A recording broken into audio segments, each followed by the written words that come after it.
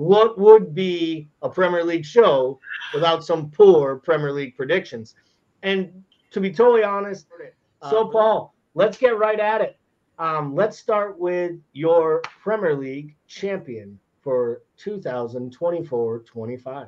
Premier League champion, I went with the team that I feel like is the best defensive team, and also the team that I think has the one or two for midfield. So I went with Arsenal. I think they clearly were strong last year. I think they continue to strengthen. I think they've got a young core, and I just like that side this year.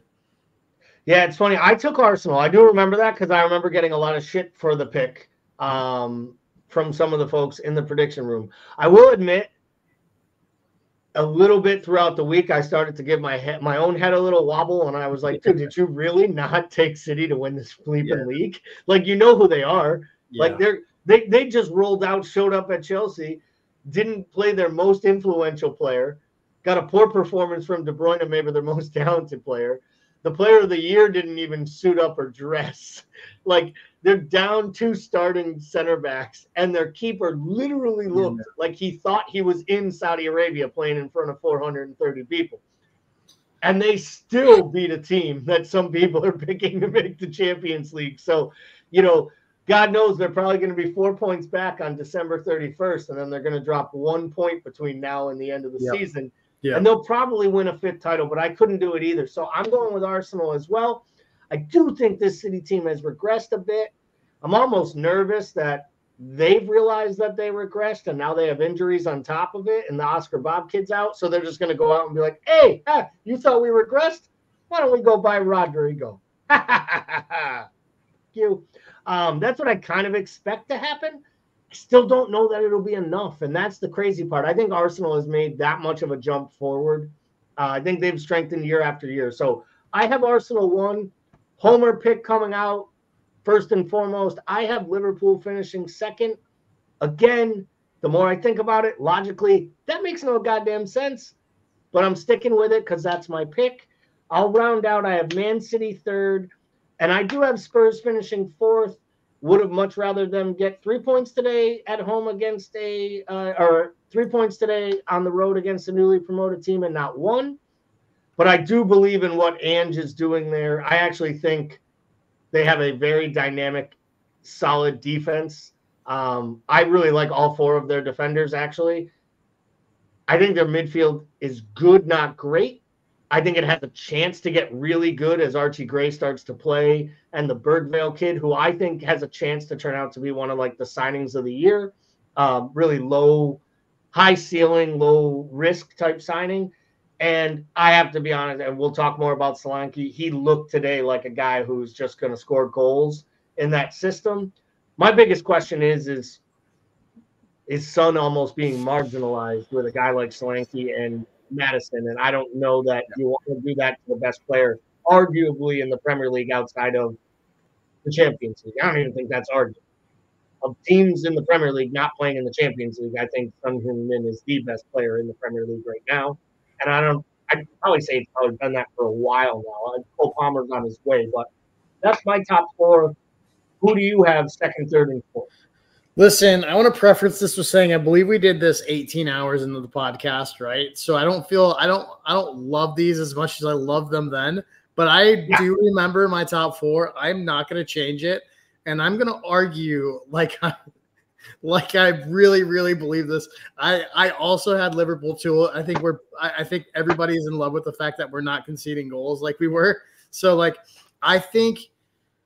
Look, I think this is a talented squad, right? Like, I think Arne Slot really got a great squad here. It's a very, very different looking style. Even though it's offensive geared, it's just much more possession based. And I think that really he's got the ability to stabilize the squad. And if they can get goals consistently, I think the great thing about it is that we're not going to be playing from behind like we were for the majority of last year. So I go 2 here.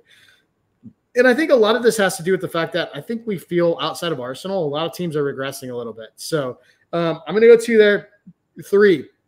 Here's where this is borderline insane. This is the insanity. We go viral for the wrong reasons. Anyway, I have Villa at 3. I know look, I just love Unai Emery. I think he sets up a midfield. I love what he does. I think they got better in the transfer window. I don't love week 1 from Watkins, right? But it's a long season. We'll see what happens here. I just really like what they do, and I think they've got a really good nucleus. If they can stay healthy, I like their shots of top 4. 3 feels insane, and I think this is more about where I land with City. I think this is clearly a regression year for City. On top of all the points deduction stuff that's a possibility, I also think that this is the thinnest City squad we've ever seen. I think they are a couple injuries away from real issues, and I think if you look at City, the one way that they have consistently dropped off is when they can't get the ball consistently through Haaland, and that happens when De Bruyne is out. And I think the probability that De Bruyne makes it through an entire season healthy is very, very low. So it feels insane, especially since this is a side that hasn't lost more than like 4 points after the new year in like fucking 15 years. So, but I'm going to stick with it. And yeah, that's my top 4. Yeah, there's little chance that De Bruyne gets through a whole season without a soft muscle injury. About as much of the chances as of me watching an entire match and not coming up with 15 reasons why I hate Kevin De Bruyne. Like I've come to grips with the fact that like it used to be like I used to rate players at like the punch them in the face level. Like how much would I give to punch that guy in the face? Right. And there are so many of them out there in sports, and they're all over sports, right? There's so many punchable faces. You know, I know on this podcast, we hear all the time on our Monday night podcast, you know, for Timuchin's, you know, just hatred for Gabriel Jesus. And I get it. He does have that look like, oh, if you ran into that guy, you just want to punch him in the head. I just feel like Kevin De Bruyne doesn't just look like the kid you want to punch in the face. He looks like the kid you want to like bully. He looks like a kid you want to pick on. He just looks like a kid who throws all of his toys out the pram and then yells at the people outside the pram to put his toys back inside the pram because he wants to play some. Doesn't De Bruyne remind you of the kid when you were growing up and you guys were like playing like street basketball or whatever, and everyone was going like 70%, and there was one kid going like 100 and like just going too hard? Like that's De Bruyne. And he was usually a redhead with red cheeks and sweat. Yeah, he was the kid who sweat more than everyone. Yeah. Let's go quickly on the teams getting relegated. Give me your. I have Southampton. I have Forest as my kind of like outside shot in. Yep. And I have who was it? I do have. So you have Ipswich, I think. Oh yeah, that's right. I have Ipswich. I couldn't remember if it was Ipswich or Leicester. I have Ipswich. I'll stick with it. I have Leicester finishing rock bottom. I saw nothing today that makes me think differently, and I honestly do believe they're going to have at least 1, if not 2, points deductions. And I think those points deductions, whether it's 6 points, 8 points, or if it's the maximum 10 they're talking, I don't know that side looks to me the type of side that can get out of it. Now, I respect Steve Cooper. But I also know that the Leicester owners fired a guy who won the fucking league at Leicester 5 matches into the next season. So I don't know they're going to give Steve Cooper a long leash if things aren't going well. And I think when you start the season -10, I have Southampton. I don't know about Southampton. We're going to talk about them in a minute when we talk about their match at 70% possession. If you have 70% possession against 10 men and you can't score, I'm not sure you're going to score with 11 against better teams. And then my last one, pains me to actually say this because I love the manager. I love the uniform, to be honest. And at times I love the way they played since they've come into the Premier League. But I think this is Wolves. I think Wolves have hit they had the PSR issues that forced them to sell Kilman, which I think is probably one of the more underrated buys by West Ham. And we'll get to that in one of my like kind of purchases of the window. I think Kilman is a huge loss for them. I think that losing Neto is an immense loss because though we forget how dynamic he can be when he's fully healthy, even when he comes back for the 3 weeks before he hurts himself again, he creates all the goals that get them. They still don't have a center forward who can score. And I don't know they have anyone on the outsides that can create. And their defense is getting weaker. it pains me to say it because I absolutely love Gary O'Neill and feel so bad for how bad he was done by Bournemouth and then how worse he was done by VAR last year. But I feel like these owners have set that side up. You don't to think potentially not be able to compete. You don't think they're going to get enough goals through, like, I mean, I look at like the teams in this league and they've still got like Sarabia and Podence, Podence reminds me of Neto sometimes. Like, I mean, you still got Cunha who can come in. Cunha's to me, makes the most sense up top. But they're starting the big Larson guy. It feels like they're trying to play Route 1 football. I still come back to, like, it made no sense to me. Gary O'Neill just doesn't seem like he rates Sarabia because he's never really used him. Even last year at times, he was like, everyone was hurt. Hwang was hurt. Cunha was hurt. Neto was out, and Sarabia starting matches on the bench. And, you know, I feel like they are this mix of team, and I don't know that they can defend their way to getting by either. And part of the reason I think they may struggle, I think they are going to struggle to score goals, and I think they're going to struggle at the beginning of the season, and they don't have the financial wherewithal to actually add to the side. And I question if they won't be the side that pulls the trigger too soon and actually gets rid of Gary O'Neill. So my shock one is I actually have Gary O'Neill as the first manager fired. And I don't believe he's the worst manager. I would fire Nuno today if I were Forrest. Yeah.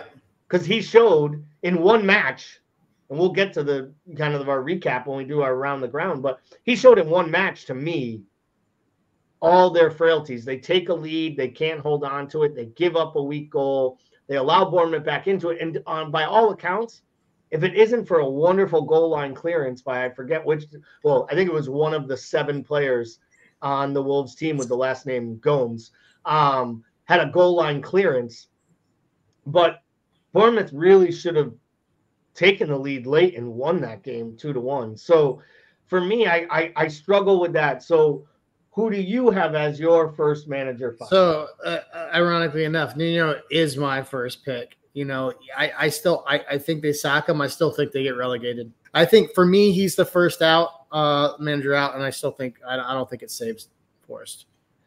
I think it would be the most classic Forest thing ever is to watch Leicester just plummet, and then they fire Nuno, and then negotiate to get Steve Cooper in as manager, and it would just be outstanding. Because you know what, the people at Forest, they would be the happiest. The supporters would go crazy because they absolutely loved him, and they were distraught when they decided to let him go because they felt like it wasn't his fault that they bought him 37 fullbacks and no attacking players who could score a goal in their first year back in the Premier League. So who is your manager of the year? Ooh, I think I put Orange Slot here. Like, I think I like that one just because I think, like, I mean, obviously a real up-and-comer in the world of managing in football. And, like, you know, like, I think Liverpool got the inside track on a guy they thought could be here for another 10 years, like Klopp. I think he's come in, and I think he's come in and dealt really well with a very difficult situation, coming in behind an almost mythical manager. I think he came in, did a really nice job of settling in and, like, putting his own brand of football into a side who's played the same way for 10 years. So that can't be easy for either players or a manager. I think he's done a great job so far. We talked about the fact that, like, you know, preseason's preseason, but one way or the other, we're still riding 6 out of 7 games with a clean sheet, and we haven't seen 6 clean sheets in, like, it feels like 3 years. So, like, feels like since we had a title, right? Yeah, exactly. I don't disagree with that shout. I will say this: if I was picking City to win the league, I'd be like, oh well, you could pick any manager who overachieved, and that might be Slot finishing second, or you know, having a great first season. I do believe if Arsenal finishes the job, for the fact that Arteta has taken them from outside of Champions League, coming off of what it was like after Unai Emery and then following in the footsteps, obviously, of Arsene Wenger, really rebuilding the entire club from the ground up. I mean, people forget he jettisoned their 3 best players within a month of being at the club. He was like, I don't want Lacazette. I don't want Aubameyang. I'll play Nketiah. I'll play the kids. And he's built that up. You know, everyone gave Pochettino all this credit for like recognizing Harry Kane was a star and not sending him out on loan again and starting him. But like, that's ultimately what Arteta did with Saka. He built the entire team around a kid some people didn't think was ever physically going to be strong enough to be a leader, right? And God knows I've been critical of Arteta. And I still can be. And I think they'll give it to Arteta if he wins the league. It's his first time, major trophy, top club, and it's not like he took over Liverpool, who almost was in the title hunt last year, and you keep him in the top 4. He took over a team 5 years ago that was outside of Europe, and he's got them battling on all fronts. And to be honest, I'd argue that they are ahead of City right now in a talent standpoint, and maybe even a tactics. And I think if West Ham finds themselves anywhere fighting for Europe off of the last 2 years with David Moyes, I think Julian Lopetegui has a shot. It's Golden Boot. Oh, so this is a weird one. I have Son. I hate that pick now, but I'm going to stick. Oh, you did? Yeah, that's right. You had Son. I went with Haaland. Yeah, fully healthy. Yeah, fully healthy. Yeah, playing for the team that feeds it through him. And to be honest, they need him to score goals more than ever before. Yep. So I think this is the year he may break his own records. I think Haaland is a shoo-in. Pretty sure we were saying on this one, best defense usually leads to best clean sheets. Usually the goalkeeper with the Golden Gloves. Yep. Raya. David Raya. Yeah. And our player of the year, I know we were on the same page, because when you are the best player on the best team that wins the Premier League, you normally win the prestigious award, and that goes to Odegaard. Thank you. And I know people will say Saka because of the numbers, but for me, Odegaard makes everything go. I think Rice